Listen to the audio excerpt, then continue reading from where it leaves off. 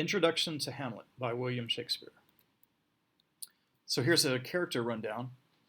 From Denmark, where the play takes place, you have King Claudius, the new king, Queen Gertrude, Hamlet, the nephew of Claudius, son of Gertrude, and of the dead King Hamlet. You have courtiers, or people of the court, and friends of Hamlet, Horatio, Rosencrantz, and Guildenstern. You have other courtiers, Osric, Voltimand, Cornelius, gentleman, and a lord. Then you also have Polonius. He's an advisor to King Claudius. You have Laertes, the son of Polonius, Ophelia, the daughter, and Rinaldo, a servant of Polonius. From Norway, you have Fortinbras, the fiery nephew of the king of Norway. You also have the king of Norway and his ambassadors. So here's a level 1 synopsis of Hamlet. Young Prince Hamlet of Denmark returns home from college to learn from his father's ghost that his father, the former King Hamlet, had been killed by his own brother Claudius in order to marry his mother Gertrude and take over as king. Prince Hamlet must decide whether or not to take revenge. This is a revenge tragedy, after all, or at least based on the revenge tragedies of the time. But what's stopping him? A, he has to make sure he's hearing the truth. The ghost could be a deceptive ghost or something.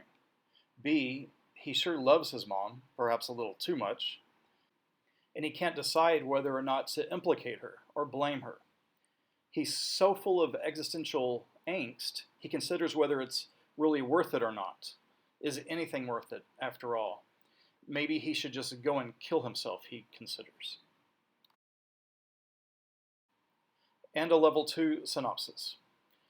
Hamlet's motto seems to be trust no one, except maybe Horatio, but test everyone, even Horatio. Everyone and everything is now in doubt, and so he starts to question and test everyone. He, first, obviously doesn't trust Claudius, and perhaps not his mom Gertrude, and it shows. 2, he questions his friend Horatio, who has recently, conveniently, returned from school in Wittenberg. 3, he treats his love/hookup, Ophelia, very poorly. Is this a test? Is it because he's going mad? Soon he definitely uses her to test everyone, and she suffers for it, big time. And finally, he has to deal with 2 friends, Rosencrantz and Guildenstern, for being spies for Claudius, possibly. And a third level of importance for context here is that, number 1, Fortinbras and Norway. Now that King Hamlet of Denmark is dead, Fortinbras, the fiery young prince of Norway, wants back the lands previously taken from Norway by the former king. His uncle, Fortinbras' uncle, the king of Norway, becomes wary of his reckless ambition. Number 2, there was a jester or joker comedian, Yorick, whom Prince Hamlet seems to have loved dearly, like an uncle or maybe even a father. Perhaps this is where he gets his wit and love for play acting.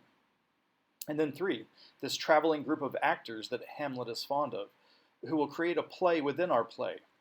Shakespeare often employs the use of clowns in comedy, in general, for comic relief within his tragic plays.